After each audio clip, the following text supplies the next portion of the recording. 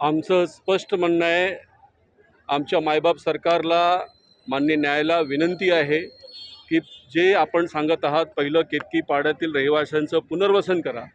पुनर्वसन आत्ता करा. आम्ही आत्ता जायला तयार आहोत. पुनर्वसन 1997 पासून आदेश असताना आजपर्यंत झालं नाही आणि जर फोर्सफुल कारवाई होत असेल तर त्याचा आम्ही विरोध केला आहे. आमचं या न्यायव्यवस्थेवर विश्वास आहे. 2 दिवस आधी पालकमंत्री सन्माननीय आशिष शेलारजी यांनी गोपाल शेट्टीजी यांच्या नेतृत्वात सर्व अधिकाऱ्यांची बैठक घेतली. त्याच्यात दिशानिर्देशसुद्धा दिले आणि जे कोर्टाने आदेश दिले त्याच्यामध्ये या लोकांना कसं न्याय भेटेल हे सुद्धा त्यांनी सिद्ध करून दाखवलं.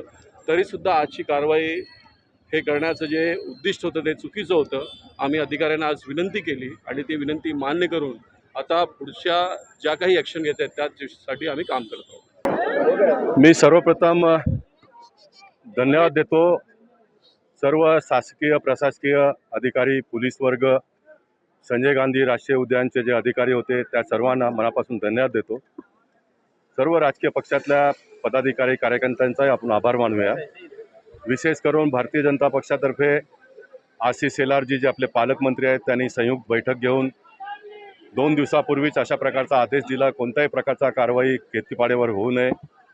संजय उपाध्यायजी, प्रवीण दरेकरजी सातत्याने पाठपुरावा करतायत. संजय उपाध्याय सकाळपासून गणेश नाईकजींच्या संपर्कात होते.